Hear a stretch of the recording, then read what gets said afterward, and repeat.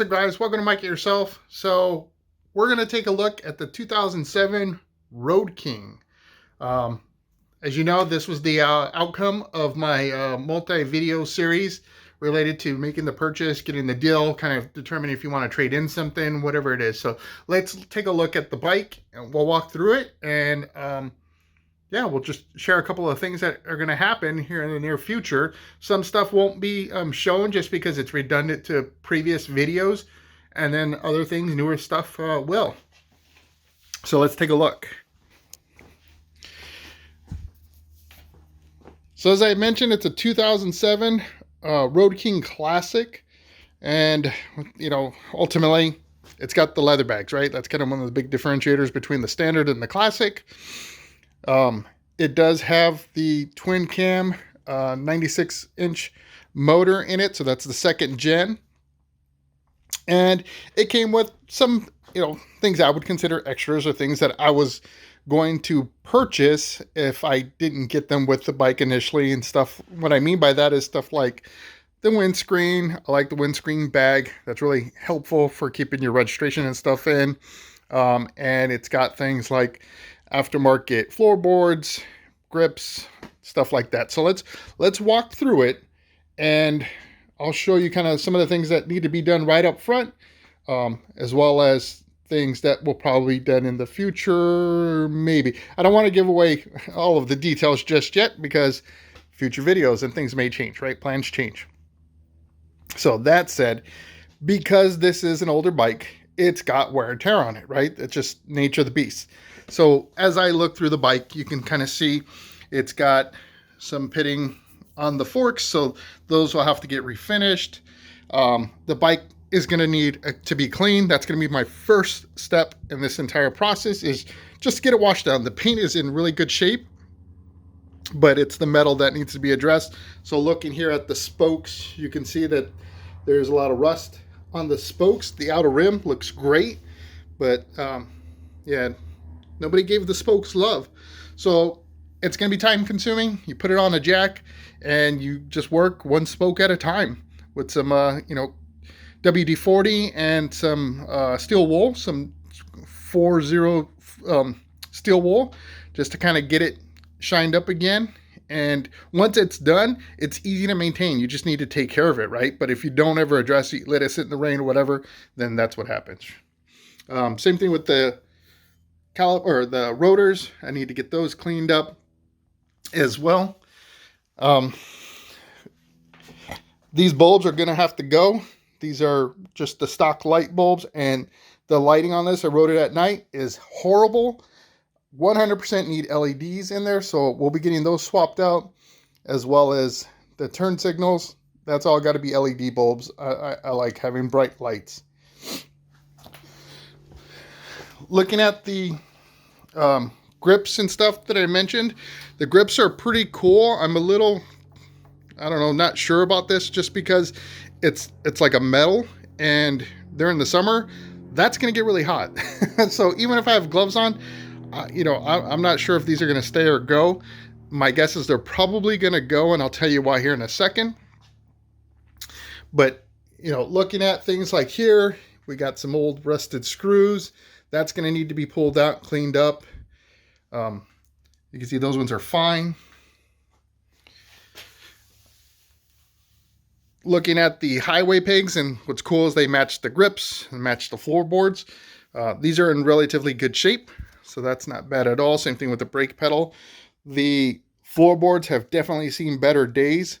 Looking at the rubber grommets there,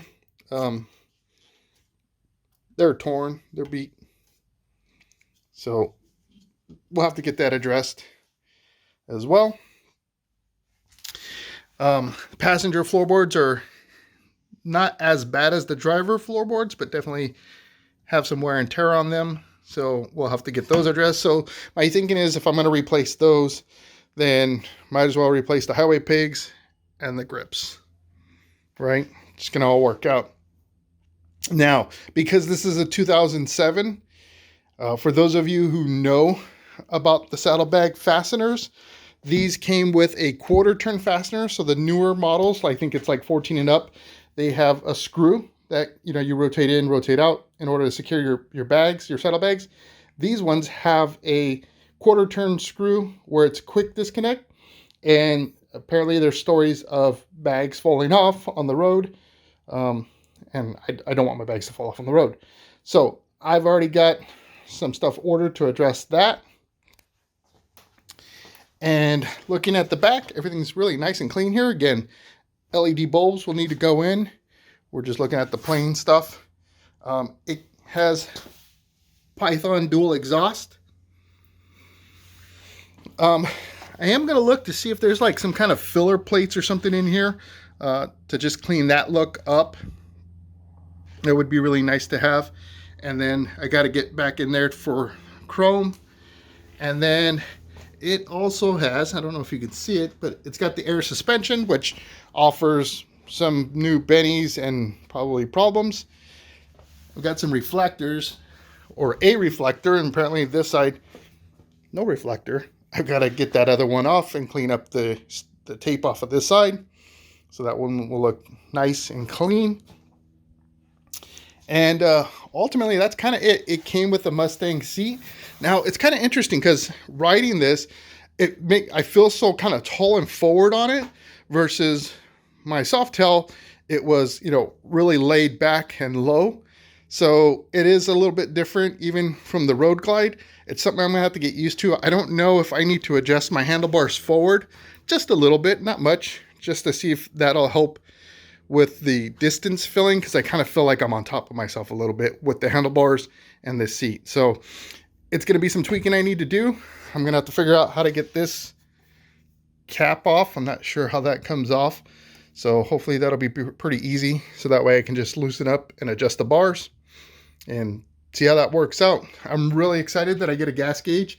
Even if it's not super duper accurate, I like having something better than nothing, which, for a long time on the Softail, I had to use the slosh method because I lost the mileage screw to reset the mileage. So it got a little difficult, a little bit of a pain. So that's what the bike looks like. Like I said, our first to do is to get it cleaned up, right? Get it cleaned up. And as you clean it, what's really good to do is start a punch list of the things that either need to be replaced or you want to modify, and kind of categorize it. Things that need to be fixed come first, then you make it pretty. So let's get started with the cleaning, and I'll show you what it looks like afterwards.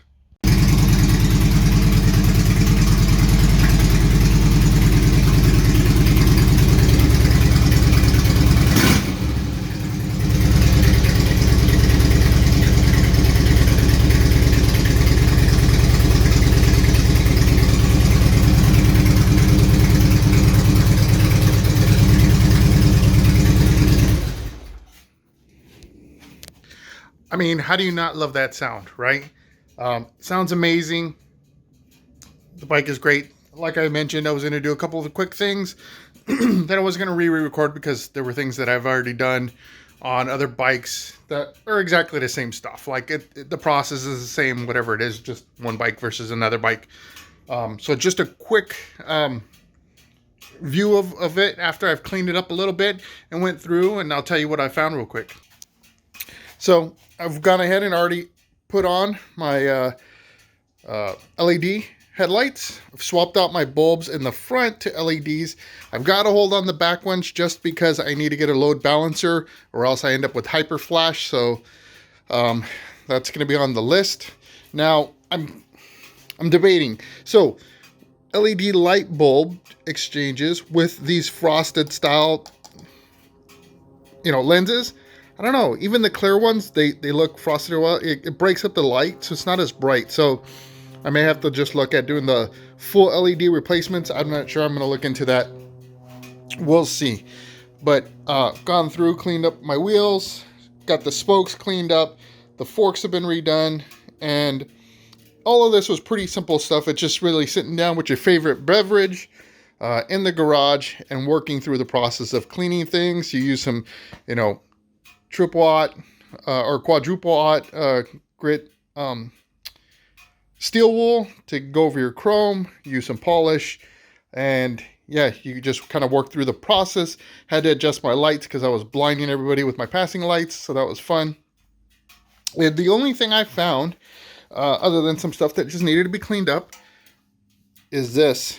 So the rubber mounts on these are shot, so I'm going to be replacing these inserts with something different. Now, unfortunately, I wasn't really a fan of these. They don't look bad. They look great, but I'm going to swap these out since I have to replace them anyways.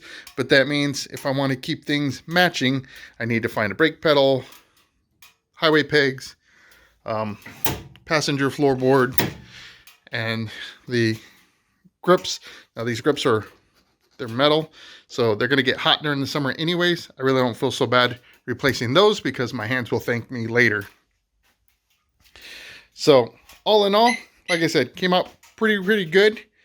Simple things that I'm going to do are done. Now, time for the big fun projects. So I hope you enjoyed this video. If you did, hit that thumbs up. If you enjoy my content, become a subscriber. Really looking forward to having you be part of our community. We continue to grow every day, and I really appreciate all of you, tuning in to watch the videos, and I hope I can deliver something useful to you with each one. And if you don't want to miss out on that next video, hit the notification bell. And until that one posts, I'll see you in the wind.